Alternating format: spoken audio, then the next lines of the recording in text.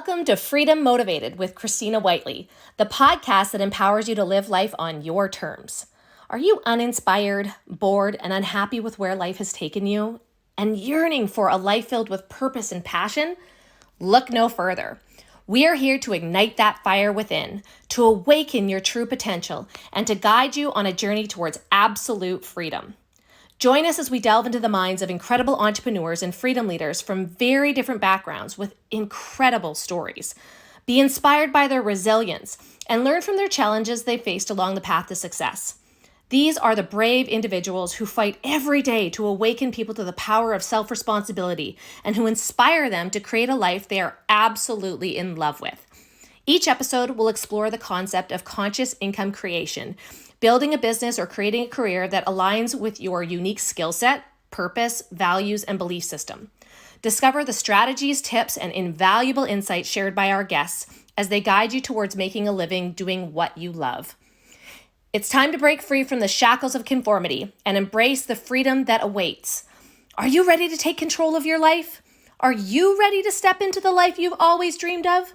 Then welcome to Freedom Motivated, the podcast that will ignite your spirit and unleash your potential. All right. We are now live. I'm so excited to have my guest today for our Freedom Motivated podcast, Mr. Kaylor Betts. Now, I got to give you a little feedback on how I found this man. Over COVID, there were a lot of conflicting opinions and ideas, and I know that we were quite quiet about ours, and we voted with our feet. But I really admire you, Kaylor, for sharing your story, for being loud, for being bold, for bringing humor into it so that we can laugh together over how ridiculous all this is. But I was really excited when you agreed to do a podcast, because I think that this is one of the best ways to get conversation out there, to be able to put it on the table, to not be censored, although, well, let's see what comes down the pipeline in Canada with podcasts, right? We pay attention to all those things because we moved from Canada to Mexico and did that for a better life for our daughter. And I don't know if we would have done the same thing had we not had her at a young age that was so impressionable, but it was something that we felt necessary to give her the life that she deserved. And so, Kaylor, without further ado, I would just love for you to share your story, who you are, where you started off, how all this COVID started, all this COVID stuff, which maybe it started before, like maybe you were awake before all this stuff, and how that kind of evolved over the last couple of years. But, you guys listen to what he has to say. Go follow him on social media. He is incredibly well-spoken. He's intelligent. And he has a really important point of view that I wish more people paid attention to. So without further ado, thank you, Kaylor. Yeah, thank you so much for that. And it's an honor to be here. Gosh, where do I even start with my story? The one thing I will say is I was not fully awake in March 2020 when all of this madness really started. I was actually wiping my groceries down with Lysol wipes. Admittedly, I really That was was. me. Yeah, okay, so you were right there with us. Yeah. Yeah, so look, I will start back with, I think, a very important piece to my story, which is I was in a battle with my mind for most of my life, and I didn't even know what it was, right? Because the school system doesn't really, and God bless my parents. My parents are great. They love me at the end of the day, but they just weren't really, I guess, in the know of the mental health stuff, and being in a battle with your mind and what they could tell me about that. So at no point was I really educated on what I might be going through. So I just kind of thought maybe everyone deals with this, or maybe I'm just really unique. And what I mean by a battle with my mind was I just really struggled to get through really any day that I was experiencing. And I had pretty good circumstances. One of the reasons why I think people resonate with my story is because I had all of the circumstantial, the conditional, the materialistic conditions to be able to be happy, or that were present that should have made me happy, but yet I wasn't. I struggled to get out of bed, and that manifested into physical ailments as well too. I had eczema, psoriasis, chronic ocular migraines. I thought I had chronic fatigue for a long time. It felt like I was walking through life and I had a fan blowing in front of me. It's just, life was really fucking hard, and it was all because of up here. So I ended up getting to a point where I kind of just hit rock bottom, and I was just like, you know what, like I did what you were supposed to do, and you're supposed to see, the medical professionals and go to the Western clinical establishment, and they're supposed to be there for the people who are really sick, whether it's mentally or physically. And they didn't really have too much to offer me. I mean, they just kind of pulled out the prescription pads and they prescribed me benzodiazepines or SSRIs or ADHD medication. And I dabbled in some of that. And it never really seemed to, I mean, maybe temporarily help, but it just seemed to almost delay my symptoms and then amplify them. Right.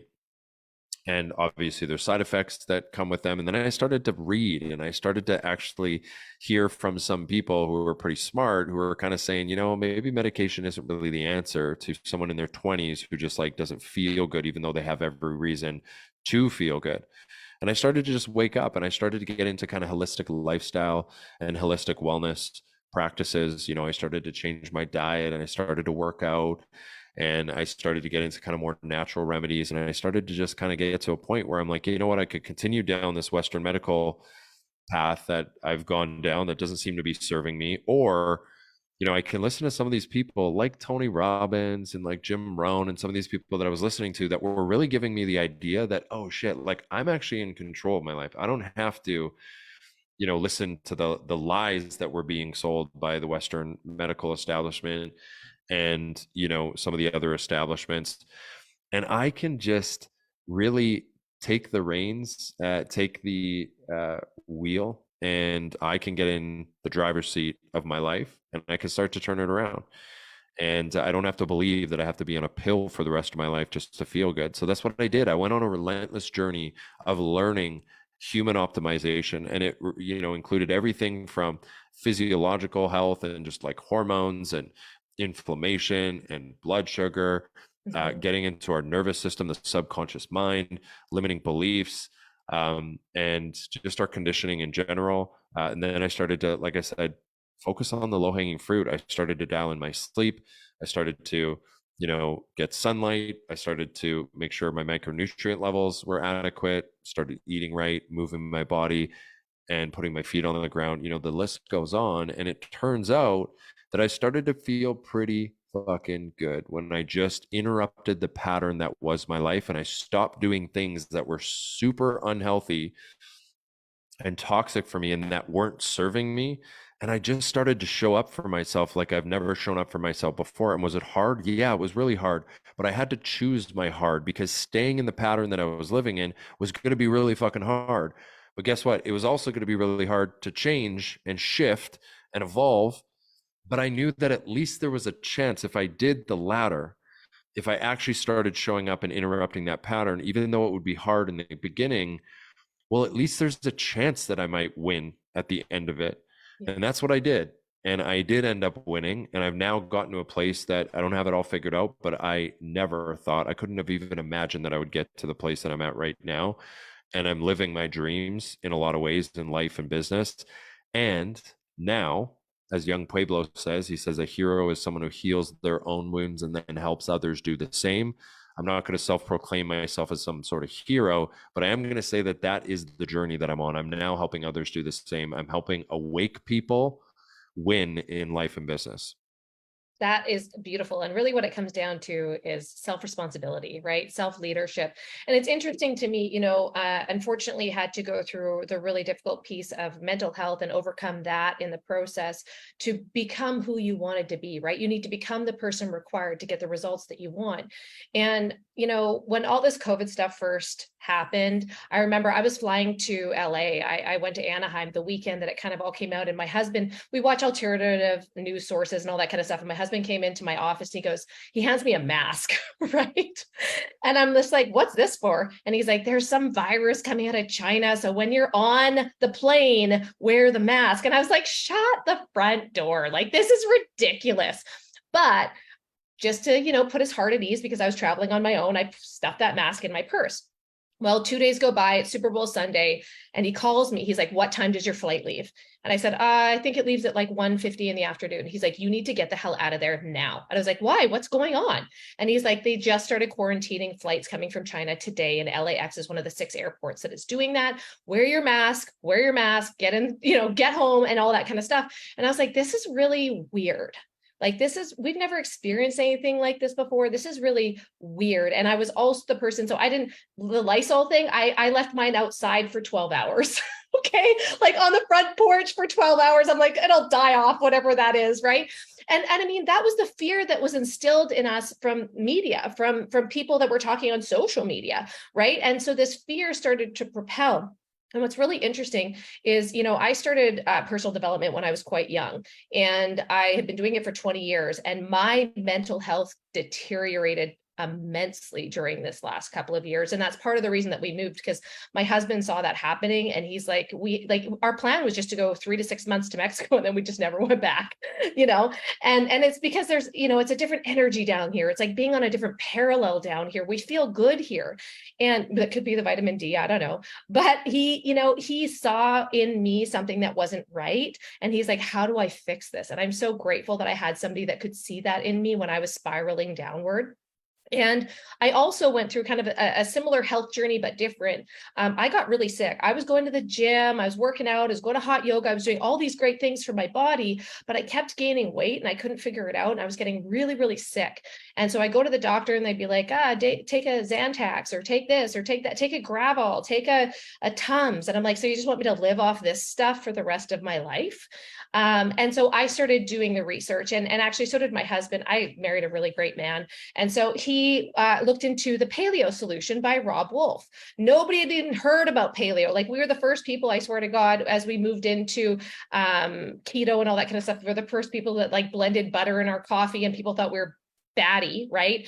But he said, we're going to go paleo. I do the cooking in the house. We're going paleo. I'm like, I don't know what that means, but okay, let's try it. And so we like literally took a box of everything that had gluten in it and threw it out. And he started cooking this way. And all of a sudden I started feeling better.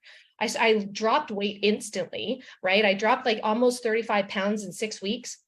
I started having mental clarity. I started feeling energetic again. And I was like, so really, doctors don't have our best interest at heart, and we have to figure this shit out on our own. Like, that's really what it came down to. And I think that a lot of people that have gone through this process have a healthy skepticism of, the health industry and what's prescribed to us. And so all these pieces started coming together, basically. And it was really interesting because not only was COVID happening, but I was looking at like what was happening with the education system.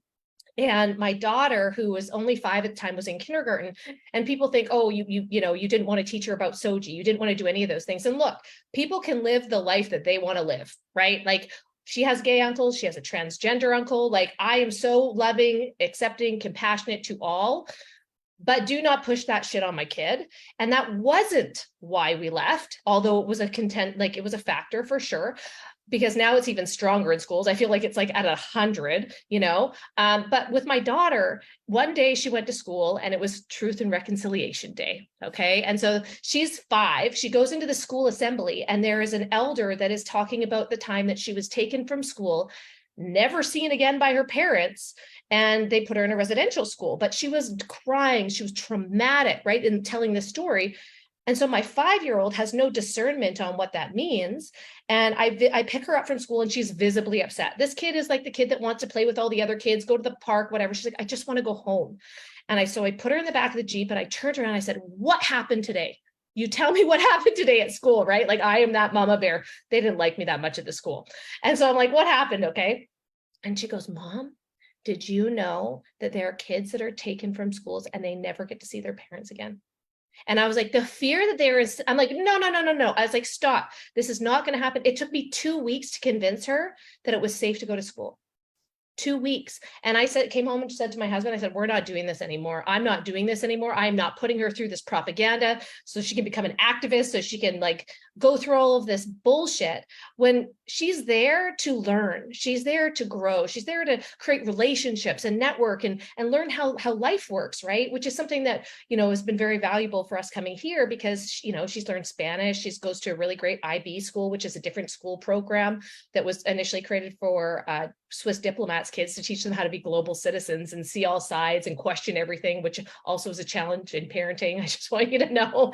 And so there was this like slow awakening, but then you start to see all the holes in the medical system. You start to see all those holes in the government and in education. And I was like, there is something so much bigger going on here. And we have to do everything we can to protect our daughter's young mind, but also to keep our sanity. And I can't even imagine the weight of all of those things on top of what you previously experienced. So one of the questions that I want to ask you is, did you have, you said your parents were great, they gave you everything that you needed, but with the people around you, did you have support? Did you have people that were like, yes, I don't believe in this thing either. This is crazy. Like the lockdowns, all this stuff. Did you have people that were in your corner cheering for you? Not really, to be honest. I think that when I look back on 2020, when all this stuff started happening, I was actually in Bali and I was doing the whole nomad thing because that was, my business was just starting to take off. And, really, I was essentially, I had a platform that would allow me to go to a place like Bali and just work from anywhere. And I was there with a friend and, we heard about this virus and I was there for a few months. And I eventually, I'm really like tuned into current events and everything that's going on. So I was listening to the podcast, I was reading articles, I was watching social media. And, yeah, there was a lot of fear out there. But I, at that time, would say that I'm not going to say I was a full on, critical thinker, to say that I was wiping my, groceries down and then to say I was a critical thinker was kind of funny, but at the same time we didn't know the No, facts yet. no. So like kudos to you and you win this one if you were awake by that time, but about all the COVID bullshit. But at the same time, like I didn't know the death rate and I was waiting to really hear like, okay, who is dying from this? What's the percentage of people dying from this? Is it as bad as the news is saying? Because maybe it is, right? Like, we could have a virus that is, that really fucks us up and that would be Yeah. really difficult to, I guess just get every regular everyday things going and have society running in the way it should. So I was a little bit concerned about that. I was also concerned that I was in a developing country while this was going on. And I'm also big on my health. Like I don't fuck around with my health. Yeah. So when this came out, I was like, and I was worried about my parents because my parents, one of my parents is not in the best physical condition and has some, comorbidities Sure. as well too. So, in a way, I'm actually kind of proud that it kind of, and this isn't to shame you if you were awake at that time, but like before I really knew the facts, I was waiting for the facts and I wasn't willing to just jump on one side Yeah. because I'm prone to conspiracies or counter narrative Yeah. opinions or whatever. So I just waited. And then after a while, I started to just see, who was really dying from this. It was really evident that it was people who were overweight, old, people that were kind of already on their way out. People with many comorbidities that were taking up hospital beds and having severe outcomes from it. So once I really saw that, then I started to see the mandates like the masks and we're shutting things down and locking things down and we're closing businesses down and they're making us do all these crazy things. And then that's where, quite honestly, I wasn't influenced by the people around me. In fact, I would say maybe even the opposite. I would say the people around me maybe weren't as on the same page as I was. And then I decided to, because it was just on, I guess, my mind and my heart, I decided to do a 9-minute video and it was a rant about all the bullshit that's going on. And yeah, it really popped off. And that was kind of the start of me realizing like, oh, there are other people who think this Yes. way because I didn't know if there was. And then they became, my tribe. And I had a lot of people in my life who abandoned me and didn't want to have anything to do with me. There was a lot of like public shaming and there was a bunch of crazy stuff that went on because of my video. But I found a lot of people that came to me and were like, hey, I see the world in the same way as you do. We should jam, we should chat. And then, I haven't looked back since then. Yeah, my friend says hashtag find the others, right? Because we were made to feel like we were so alone, that there was nobody else that was thinking this way, that you were crazy to think this way, actually. You were a conspiracy theorist, which also goes down the same line as being an anti-vaxxer. But I'm like, how can I be an anti-vaxxer when I've had all my vaccines, I've had my travel vaccines, I've had all those things, but I'm just questioning one little thing, which is this is an emergency response to something that doesn't have long-term data. And especially because of our story, because we were trying to have another baby. I've been in the health and wellness space for a long time. We eat really well, we supplement, we pay attention to our health, much like you. And I knew that we are not even allowed to recommend vitamin C to pregnant and breastfeeding women. You're not allowed to recommend anything to pregnant and breastfeeding women. And now they're saying that you can do that. And I was getting emails from families showing me articles on why it's safe, why I should be doing this, how dangerous it could be if I was pregnant and got it. And the saving grace, honestly, I don't know if you've ever heard of Dr. Chris Martenson. If you haven't, you got to plug into what he's doing, Peak Prosperity. But my husband had been listening to him for a couple of years. He's an economist, but he also has a background in epidemiology. And so when this all happened, that's where he got the information about the mask and this virus coming in from China. And when I got home, I mean, we spent a couple of nights a week listening to the data that he was putting together. And he's got this gift of making very complex situations simple for people to understand. And so he was showing the data in every country. He was showing the death rate and their ages, and what was going on out there did not correlate to what he was showing with the data. And even to further that, we had tenants that were living in our carriage home at the time. And we ended up selling our 10-acre hobby farm with our garden and our chickens and all that kind of stuff to come to Mexico. And we still grieve that process, and we'll have that again, because we loved it so much. But he actually collected data for Vancouver Island and for VHA, right? And so he collected the data on all the COVID stats, everything that was going on Vancouver Island. And although I never asked him to breach contract, I said, is this something that we need to be concerned about? Is this something that we need to worry about? Because like I have a kid. I'm like, is this dangerous? Like, if I get this, is this going to compromise my health long term? Like, how serious is this? And he said something to me that changed how I looked at all of this. And he said, Christina, the data is just data.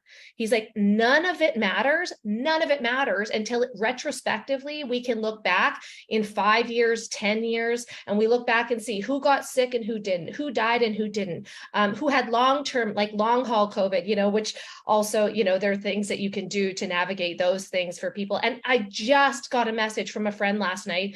People made me think like I was crazy. We got uninvited to family stuff. We didn't even want to go to family stuff because if anybody got sick, we knew that we would be blamed, but we were also privy to this other information that even if you were vaccinated, you could still get it, right? And so we went down this path of like, okay, we don't want to live in this or expose our daughter to this, because a lot of kids now have really bad anxiety, by the way, from that COVID period in school. Like they have really, really bad anxiety. And I was like, she doesn't deserve that. She deserves to be a kid. And I think that if we're going to create community, it should be around people that understand what we understand and are willing to support that notion, right? And so when we came to Mexico, my God, first of all, the rules, there were really no rules, and they didn't enforce any of that. It was the only country that didn't put mandates in place that you couldn't fly in or fly out. You didn't have to show any documentation, right? And what that did was attract people that were like us here. And so we instantly had a community. We had, people that were missing their families and their aunts and uncles who had gone through the same thing as us, which almost felt like we were being exiled from our community. And I was like, this is the community that we thought we had, like the village we thought we had to raise our daughter in. And that community isn't there anymore. And it was heartbreaking to me. Like we grieved this process. Everyone that says, oh, you got to move to Mexico, we grieve the process of moving, right? And all of these things started to come up. Like when I was probably in my early 20s, I dated this guy, and he was an entrepreneur, and so was his family, and his parents did not believe in the school system at all. I was going to university at the time, and they're like, it's a crock of shit. Like you're never going there. You're never going to be influenced that way. And what's been really interesting over the last couple of years is that I've had people reach out and granted, I went to school for music. It's a little fluffy, okay, because it was the only thing that I was remotely interested in at the time. But I've had people reach out and be like, hey, you went through the music program. Did this happen to you here? Were you a racist if you didn't do a report on somebody Black in jazz? And I'm like, what? I was like, you have to be kidding. And so I do have compassion and understanding for what's going on, because all of these teachers, everybody that's going through the education system, they've gone through that system too, right? They've been indoctrinated just like we were indoctrinated. And by the way, I remember I did pageants when I was younger, and I remember going to Miss BC, and I was 17 years old, okay, fresh out of school. And I wrote my speech on multiculturalism and acceptance, and finished it with a quote from the Honorable Pierre Trudeau.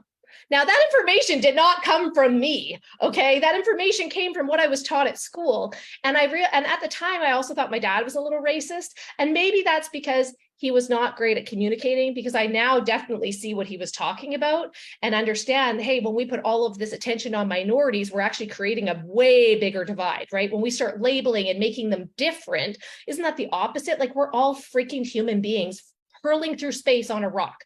Like, how are we not coming together on this? And so I had to start making sense of things.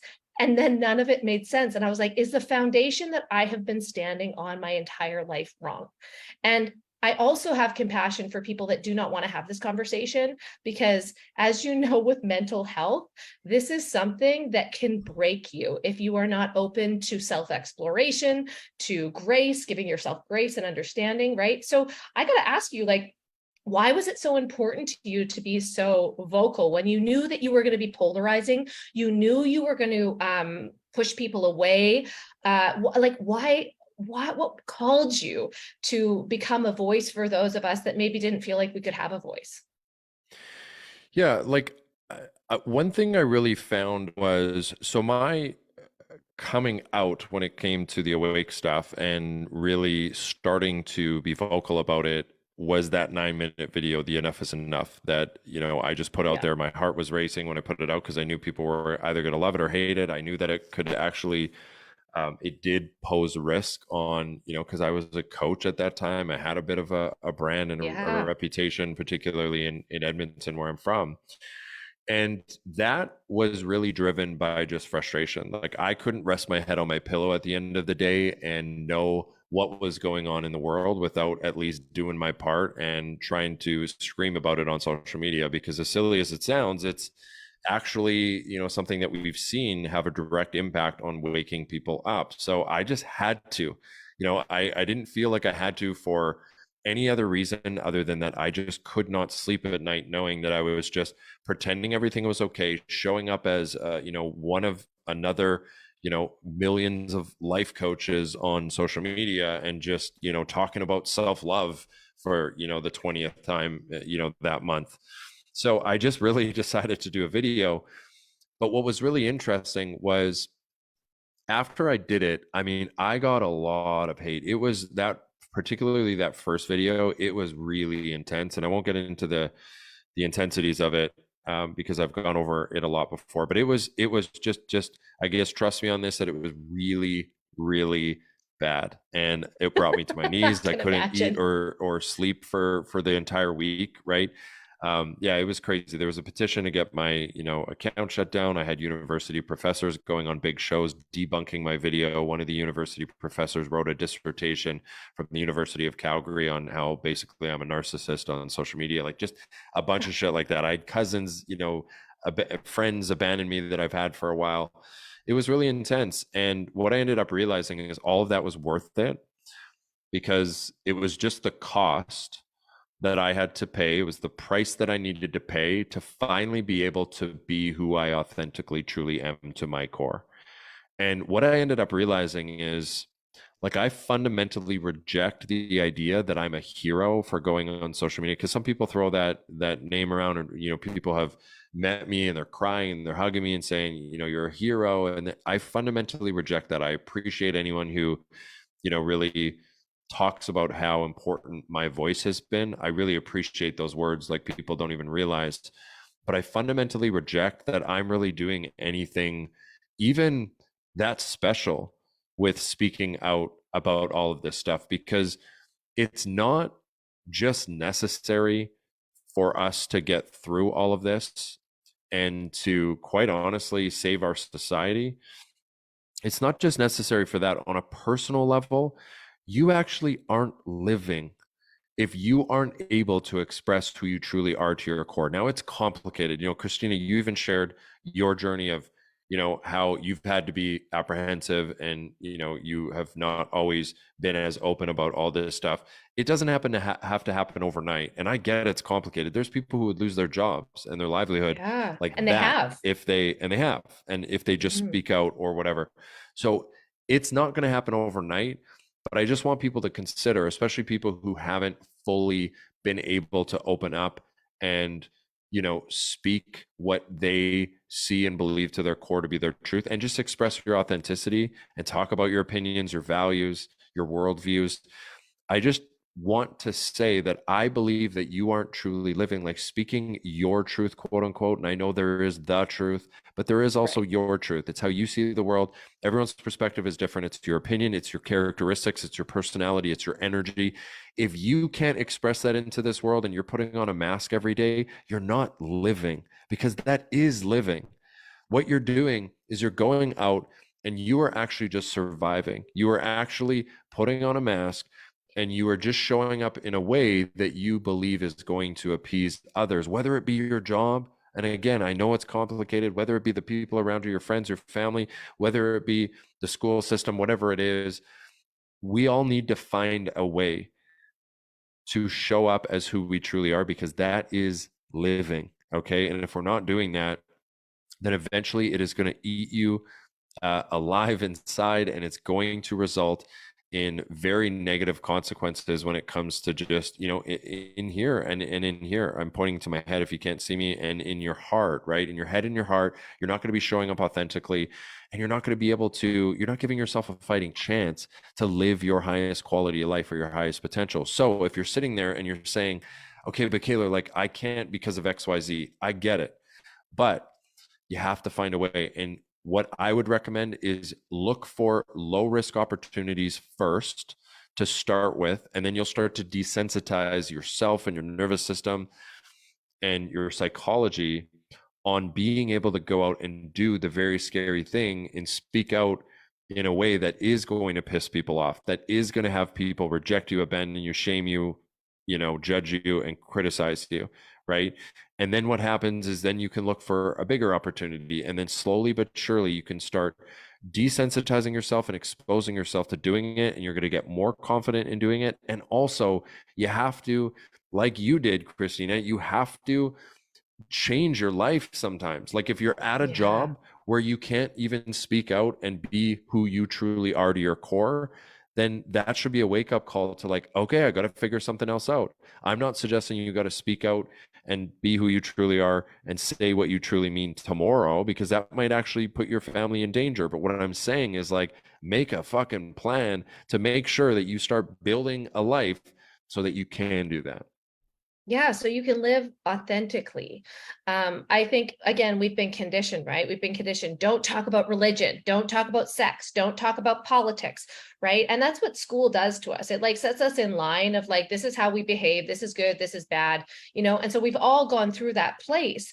And I'll tell you, I had my own bout of hate. I had a video go viral that I wasn't even thinking about. It was just kind of off the top of my head. I was creating content because I had to that day, And I talked about moving from Canada to Mexico, and I talked about the cost. I talked about learning Spanish and our adventure here, and 20 million people have seen that video.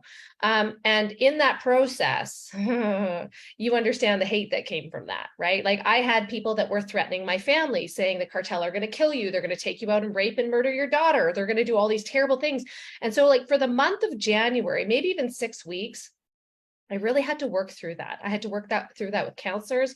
I had to work through that with mentors. Like excuse me, how viable is this threat to my family? Have I done this? Have I put my family at risk?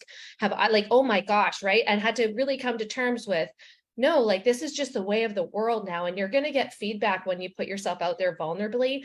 But the other piece of it, and this is why I really admire you for going out and speaking your mind, even if you didn't have those pieces, is that I always thought about my daughter, right? Like if I go out and blast this stuff on social media and my family sees it, probably not going to have the same relationship with my family as I would before. And what does that mean for her? And so I want to throw that out there because I know that there's a lot of people that felt like they were between a rock and a hard place and weren't able to speak their mind and weren't able to do the things that they wanted to do, or even to protect their kids in the way that they wanted to protect their kids. But there comes a line in the sand where you have to make a decision. And because I had been silent, I had just taken whatever everybody was saying, and I knew it was wrong, and I knew that it wasn't for me, and I knew that it wasn't part of my value system. That's why my mental health started to deteriorate, right? I remember standing in my mom's backyard, I'm bawling my eyes out. I'm like, I'm not okay, and I don't understand how to be okay after 20 years of personal development. How am I standing here stuck? And it took courage, and it took something to dramatically change our lives that had to shift that in place. We know people down here, a doctor of 20 years that was a surgeon that got COVID, got the antibodies. They're like, you have to get this shot. And he's like, I'm not doing that. He went to the highest level of government in health in Alberta, and they said, no, you have to get this or you lose your license. He's like, after 20 years, I hung up my license. That's the heartbreaking choices that people are being forced to make. That is not okay. And that's why having these kind of conversations are so important, because we have to shine a light on these things. And it might not be popular. By the way, leadership a lot of the time is not popular until it is popular, until you hit that tipping point, right? But I want you to talk a little bit, about your decision to rebrand, because I know in this process, sometimes I've wanted to be loud and just like be so irate and angry about everything that's going on. But I also would like dial it in and be like, okay, we need to give people grace. We need to be like, sometimes our silence speaks volumes. And when people are ready to wake up, then at least we'll be there and didn't blast them in the first place, right? Like they blasted us. It's not tit for tat. It's like, hey, we're going to be here for you as you wake up to have bigger conversations. And I've seen you do that through rebranding and through growing your brand. And this is something that I want to talk about, is like, how did you evolve in your coaching program to bring in something that could be controversial and then skyrocket? I mean, you have skyrocketed your followers and the people that love you because of your voice, right? And so how did you decide that you were going to rebrand and pull people in on this, as opposed to understanding that this is going to repel a whole bunch of people, and just like you face the same thing, Jordan Peterson, like all, canceling, right? That a cancel culture is what happens here. And if people don't see eye to eye with you, then that's the first thing that comes up. So how did you make that courageous decision to do that? And how did you evolve the brand into where you are now, awake and winning? Well, the courageous decision was to post that video because I genuinely didn't Sure. know. It was very early on as well too. That was really where the courage lied, because I didn't have to post that video, and when I did, I really didn't know what the result would be, and it was really bad.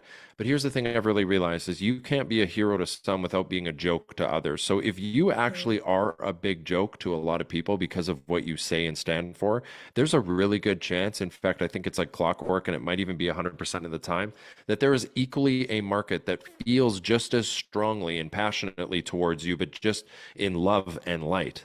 Okay. Mhm. So yeah, I had a lot of hate, and probably more hate than love. But man, the love was just so powerful. And it was like, man, a lot of people were coming to me and saying, man, like you are saying the things that we're all afraid to say. And I just, they really appreciated it, made them feel not alone. And then it made them know me, like me, and trust me. And it positioned me as an authority to be able to use my voice and have this community of people listen to me. So it's a great thing if you have a business. And honestly, I didn't plan for this. It would have actually been a lot more romantic to say I did all have this plan, but I didn't. But I recognized an opportunity, and that's one thing I've always been good at. And as a business owner, as an entrepreneur, this is a quality and a characteristic that I think successful business owners have, is that they're opportunistic. They see when there's a big opportunity. And I've always known that the riches are in the niches when it comes to business. In that if you hone in on a particular audience and you really deeply speak to them and resonate with a particular individual and segment of the market, it is powerful, because if you then solve a problem for that market, you get paid in direct proportion to the difficulty of that problem that you Yeah. solve. So for me, I mean, I was already a life coach, and what I was seeing was like, oh shit, there's now this awake, quote unquote, community that's being built. or being created, and we're all like kind of connecting with each other mostly through social media. And I looked at it as an opportunity. It was like, man, there's going to be an opportunity for every awake individual, no matter what they do, whether they're a therapist, a coach, or maybe they sell clothes or they sell soap or whatever it is that they sell, whatever problem they're solving, there's an opportunity for them to be the awake person in that community. And for me, it was like, okay, well, I see a big opportunity. I can be the awake life coach, okay, life and business coach. So I can help awake people win in life and business. So that's really, from a business perspective, if I'm putting my marketing hat on, that is really the opportunity there, because the riches are in the niches. Now, what I really ended up noticing, because I had to really go back to the drawing board, because I was just the mental wealth guy. That was my former brand. And I was just a life coach, right? I actually helped people overcome anxiety and depression outside of pharmaceuticals. That was my kind of offer that I had. That was the problem I was solving, which was great. Then I got into this awake community and I noticed something that to me was glaringly obvious. And it was actually inspired by Corey George. He said something on my podcast that really, really woke me up to this. He just said, just because you're awake, it doesn't mean you're winning. And I was like, damn. And I really could not stop thinking about that concept. I started to really look at the comment section on my Instagram, and I started to look at how some people were so awake and they were writing fucking paragraphs on how the Bill and Melinda Gates Foundation is somehow correlated to what I just posted about, and the WEF and the agenda and the elites and 5G and fucking, all of this stuff, right? And Yeah. it's like, I get it. Okay. I'm awake too. I'm aware of the lies that were being sold by the government, the school system, media, corporations, so forth and so on. I get it. But of what use is that Yes. if you aren't using that information to go out and to actually show up in a way that helps you build and create an extraordinarily abundant life where you are actually winning? And I really actually ended up realizing, I'm like, you know what? This awake community, quote unquote, not everyone, but in general, is actually succumbing to the same things that we are critical of, but just on a completely different ideological perspective. So I noticed that a lot of people in the awake community were fear mongering, and every fucking thing was a conspiracy to them. And all day long, they were spending time going down rabbit holes and investing their energy into doom and gloom and defeatist mindsets and energy. And I was like, that's the same shit that the other side is doing, that we've Yep. been so critical of them, that we're trying to get away from. Guys, wake up, because it's of no use to be awake if you're not winning. So really what I do is like I said, I help awake people win. The new brand is called Awake and Winning for that reason. And it's really my mission, our mission, because I have a team. We have numerous academies. We have hundreds of people that are going on life transformational journeys that we coach. We do group calls. We have training. We have a journey that we facilitate for you. I have a team of coaches. It's basically a one-stop shop for awake people to win in life and in business. And really, at the end of the day, what we're really helping people with is like, yeah, okay, you're awake. We all are. We get it. Maybe we'll vent to each other a little bit on a group call or on a one-on-one call or when we first talk. I get it. Yes, it's funny. Let's, talk about this, that, and the other thing. But let's also not forget that the most important awakening that we can have is to awaken to who we truly are. And what I really mean by that is, what is the conditioning and the programming that we run off of? How's your nervous system? What's the state of your nervous system? What's the state of your hormones, and your physiological health? What's your wounds? Okay. What's your Yeah. trauma that you've been through? What is the ego thinking? What are the beliefs within your ego and your self-concept and your self-identity? Okay, let's become aware of your shadows. Let's become aware of where you're self-sabotaging and you're getting in your own way, and where your limiting beliefs are, and how that is resulting in your thoughts, ideas, emotions, behavior, actions, and all of those things. We have to become awake to that, because when you become awake to who you truly are, then what you can do is you then can do the work that is required of showing up in this world despite all those things. And you can start to actually hold the keys to you going out and building the life that you actually desire. So that's the true awakening that we help people do, is you got to wake up to who you truly are. Yeah, sure, you know about the WEF and Klaus Schwab and Justin Trudeau and, you know, all the atrocities there. We get it. Let's wake up to who we truly are. Let's now do the work and let's fucking win. So that's essentially what we do now. I can so relate to that because when all this started coming out and I started connecting the dots, I started spiraling. I started going down those rabbit holes. I started being like, oh my God, I got to the place, and that's kind of what my breaking point was, is like, where's the hope in all of this? I've always been such a positive person. I've always looked forward. And I realized if we all just had self-responsibility and ownership of our lives, if we all just took that responsibility alone, we shone a light on our traumas, we fixed them so that we could have conversations that didn't end up in hate or anger if we had difference of opinions, and could actually learn from each other and be open to having those conversations without trauma being sparked. It was something that I had to consciously make an effort and decide that I was going to do differently, because over here, this is the problem. This is the victimhood of like, this is what's happening. And over here is where we become the victor of our own lives. And that's part of the reason that, I do business coaching as well. And the reason that I brought people in, because I wanted to show them, if you become financially free, not only does that give you options, it gives you options in your health, it gives you options in location, it gives you options in lifestyle, it gives you all of these things to be positive about, right? And so instead of focusing over here on everything that's wrong in the world, how are you going to get out of it? How are you going to start living life on your terms and truly be the person that decides what is in alignment and what isn't, and stay true to that value? So I got to ask you, what did going through this process, like this process of awakening is like painful and beautiful all at the same time. So like, what did you do to keep yourself sane in this process as you're growing a massive team and business? Like, I understand the scaling process. It's something I'm in the middle of right now. And I'm just like, oh my God, there's so much work. And you can't really be distracted in the middle of that, because you have to be there for your team. And so what did you do to keep yourself sane through these last few years and moving forward? I mean, I know because I watch you on social media, but like, I want you to share with people. Yeah, like I get asked that question all the time. Like, how can you be immersed in this? Because I often talk about how excited I am. I've never been more excited. I've never Me too. been more fired up. My soul has never been lit more on fire. Like, and my life has never been better. And people get so confused about that in the awake community, and they're like, "What are you not understanding what's going on?" And it's like, yeah, I have an understanding, but that doesn't mean that I live in fear. It doesn't mean that I Yeah. invest my energy. It doesn't mean that I let all of that in.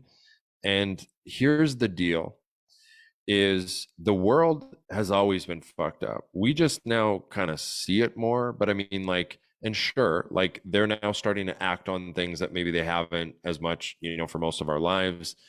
But the world has always had these things going on. And at the end of the day, I think what me being more excited, and you mentioned yourself, you're excited as well too, and never been more fired up, and never been living a better life. And I mean, like, it's all perspective. For one, we have to really look at the opportunities that we have. I mean, we were talking about this last night at my Thanksgiving dinner. Like, we are literally living like, kings in history Yeah. would have absolutely been blown away at the qualities of life that even someone who's broke nowadays is living, right? Yeah. So I think for me, like, yeah, I have an understanding of what's going on. Yeah, I like to go down some rabbit holes. Yeah, I want to be in the know, but I quite frankly don't really put a whole lot of energy into that. What I really put a lot of energy into is like, whatever this human experience is, I got fucking one of these, and you better Yep. fucking believe I'm gonna make this extraordinary, or I'm gonna die trying. Okay. So for me, I'm just so lit up by my mission. Like, I have a lot of clarity on what I'm here to accomplish. I have a lot of clarity on what I'm optimizing for in my life. And I just make sure that every day I'm aligning with getting closer to those things I'm optimizing for, and building and creating an extraordinary and abundant life and winning. And sure, yeah, I'm awake, but it's just like, it's, to me, there's not enough space for me to let that overtake my nervous system, my psychology, and cloud, the internal, state, my internal state. There's not enough space for that because I'm too busy going out and fucking winning. Like, let me say Yeah. something really bluntly. If you're broke, I am not here to judge or shame you. Like, I've been there. I've had my car repossessed. I was so short of just short of bankruptcy. I've been in a ton of debt. I've had failed businesses. Like, I've been in every financial situation short of bankruptcy. I get it. I'm not here to shame you.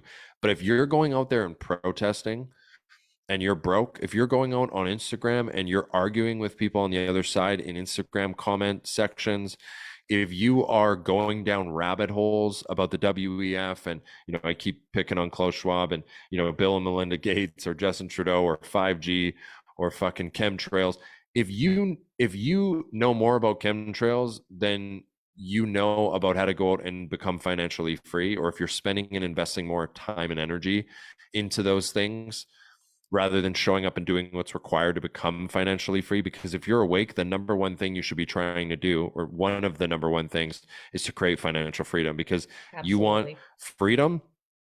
Well, there's no better way of doing it in our society than becoming a wealthy individual, becoming financially free. So do not even think to invest 1 second into going down a rabbit hole or going to a protest. It's not that you can't do those things, but don't even think about investing even 1 second or one bit of energy into those things if you aren't going out and genuinely creating financial freedom for you and your family right now.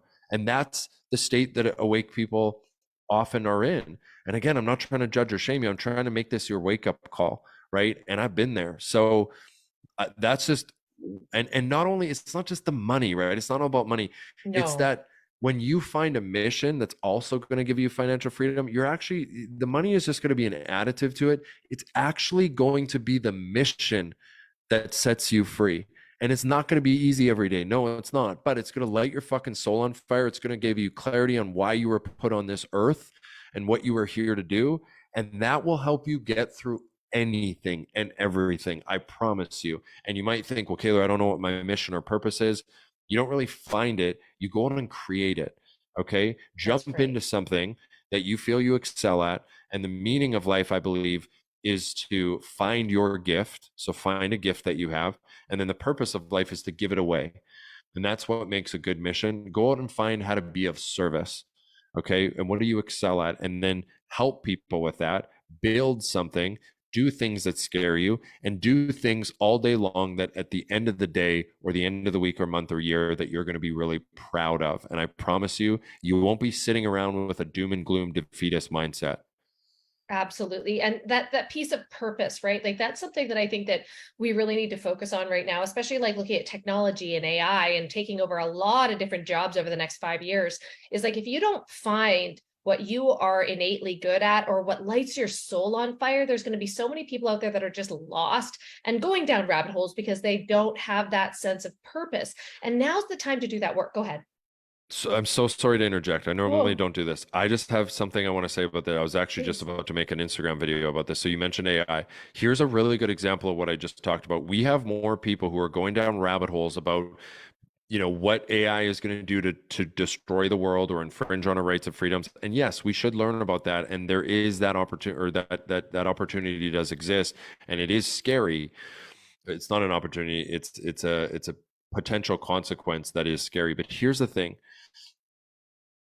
at the end of the day, something like AI, you have to realize it's inevitable. Okay. It's coming Yes. whether we like it or Yep. not. There's no stopping it. So it's like being awake and winning would be, yeah, to be awake of the potential consequences, but to also understand that in terms of AI, it's actually not in the shorter term. At least this is what I hear most, critical thinking experts on AI talk about, is that it's not actually going to take our jobs, and it's not actually going to put people in unemployment, and it's not going to steal your job so much as first before then.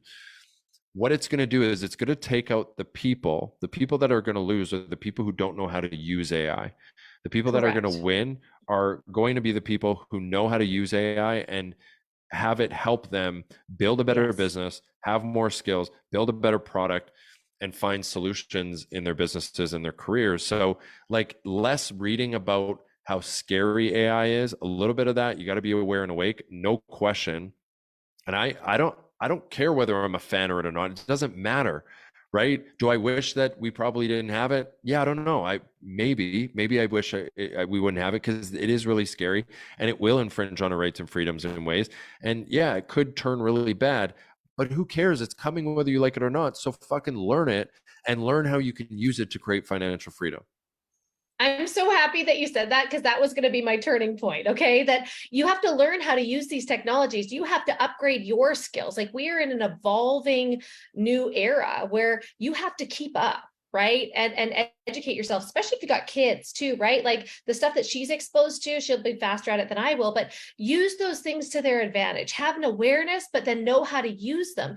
And, things like we talked about, health and getting good sleep, rest, right? Taking time for, like, I go to the beach every morning with my dog and sit there and watch the waves come in, have my feet in the sand and ground myself, because I'm like, when all this stuff out there is gone, the waves will still crash on the beach. When I'm gone, the waves will, this is what is real on this planet, right? And so when we start to look at how things are being shaped, I want people to understand that you get to choose, right? You did a really great video a couple of days ago, on gender roles and talking about women as CEOs. And I know it's a little bit controversial, because I am a high performer. I'm somebody that cannot turn it off. I keep going because I know what my purpose is, and I know how I want to make an impact, and I'm willing to live like you on the edge forever to help people get through what they need to, so that they can create a life of their own, right? Like, that's where my passion lies. And so in society, there's all of these expectations that you really need to unplug from, right? Like, I love making money. I love helping other people make money, but I also really love being a mom. I'm here to be a mom. I wouldn't be having another baby after 7 years of having one if I didn't want that purpose and that nurturing, and that also to be a part of my relationship, right? Where my husband comes in with the strength and I get to have this feminine side of me when everything else is masculine. Like, that is very, very important to me. And so you really have to learn how to navigate societal norms and choose what is best for you. Always above everything else, you choose what's best for you. And I think that is really what you're teaching people how to do, and how you show up is like, it doesn't matter if people agree with you or not. It doesn't matter what's going on out there. What do you want your life to look like? How do you want it to unfold? What do you want, when you die, what do you want people to say about you? And what legacy do you want to leave behind for them? And if we all started focusing more on that than focusing outward on all the shit that's happening in this world, I think we would be so much farther along. And so I really want to thank you, Kaylor, for being here, for having this conversation with me. I'm so grateful. And I'd also just love for you to share where people can find you if they want to connect with you. Yeah, thanks for having me. So, I would say, there's a few places that people can go. I would say that definitely, if you resonated with what I said here today and you aren't already following me, definitely go to Instagram. That's where I post a lot of, my messages, and I speak, the truth, what I believe to be the truth. That is the Kaylor Betts on Instagram. So you can check that out. You can also check out the Awake and Winning podcast, found wherever podcasts are. And yeah, and then lastly, I mean, if you resonated with this and you are awake and you feel like you're not winning, and you want to just inquire for free if our transformational journey to help awake people win is right for you, go to the awlife.com. That's the AW.com, AW as in awake and winning. And it's really easy. You fill out an application. All we ask is you're very committed. You get on a free call with one of our coaches, and we go through the process of seeing if this just might be the thing that changes everything for you. Oh, that's so beautiful. And here's the thing, I and you both, we both have an abundance mindset that I don't think bringing you on here is competition with me. I think it is education. I think it is valuable for others to hear from you and hear your perspective. And so if you guys feel connected to him, please feel free to reach out to him and show him some love on social media. You've done so much with your life over the last couple of years, and it is so beautiful to see you awake and winning. Until next time, you guys on Freedom Motivated, thank you for being here today. Thanks a lot, Kaylor. Thank you for tuning in to another inspiring episode of Freedom Motivated with your host, me, Christina Whiteley. We hope that the stories we've shared today have sparked a fire within you and ignited your passion for living life on your terms. Remember, true freedom lies in the choices we make and the actions we take. So go out there and embrace your journey. Take the leap of faith. Believe in yourself and never settle for less than what you deserve. If you've enjoyed this episode, be sure to subscribe to the Freedom Motivated podcast and never miss out on our upcoming interviews with more incredible entrepreneurs and freedom leaders. Be bold, be brave, be disruptive. You are capable of things far beyond your wildest dreams if you just have the courage to go for it. Thank you for being a part of this incredible community. Until next time, may you always be driven by the desire for freedom and motivated to make your dreams a reality.